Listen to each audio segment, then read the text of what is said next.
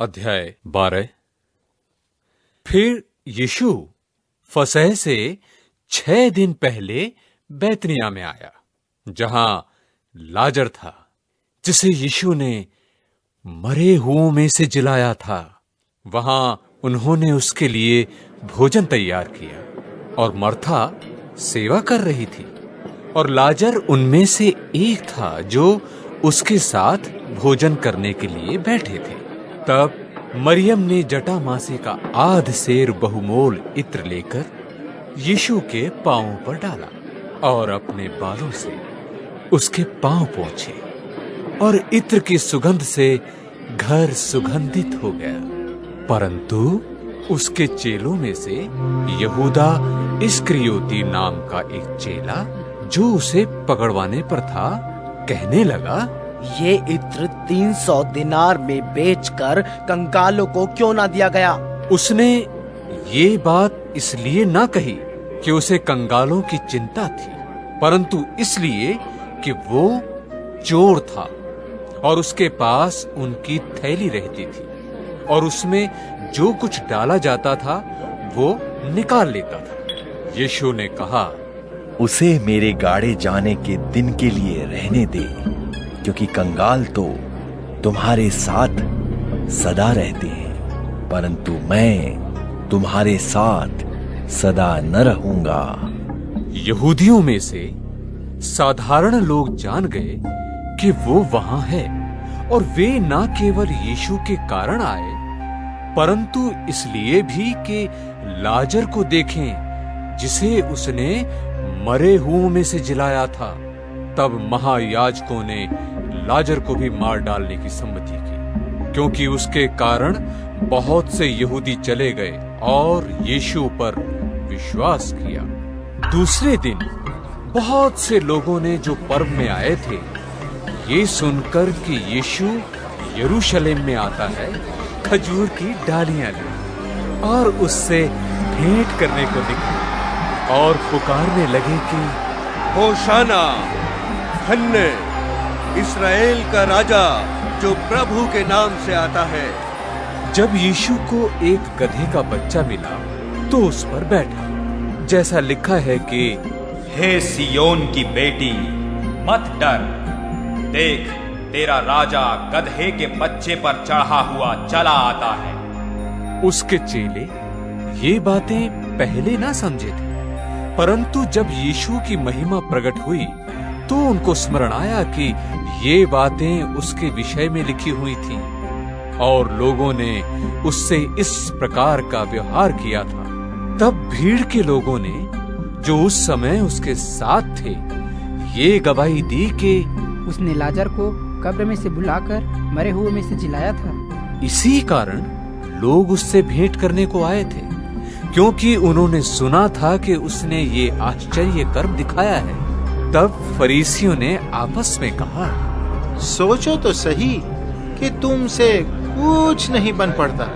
देखो, संसार उसके पीछे हो चला है। जो लोग उस पर्व में भजन करने आए थे, उनमें से कई यूनानी थे।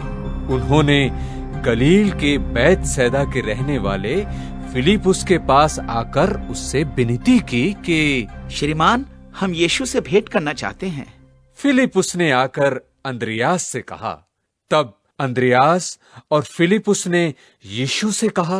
इस पर यीशु ने उनसे कहा, वो समय आ गया है कि मनुष्य के पुत्र की महिमा हो।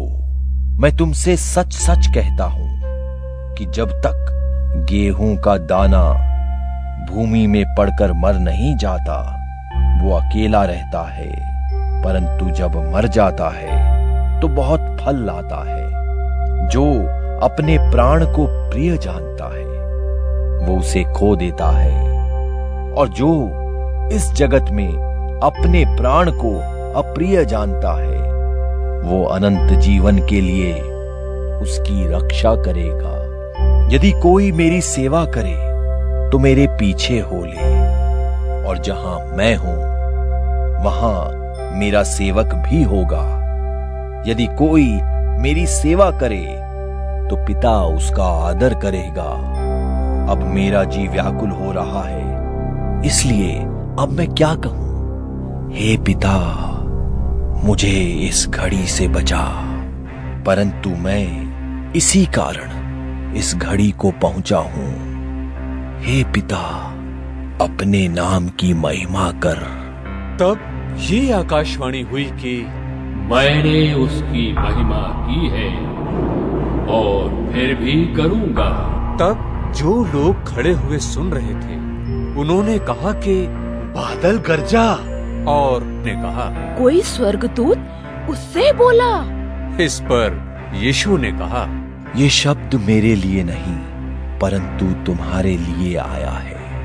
अब इस जगत का न्याय होता है।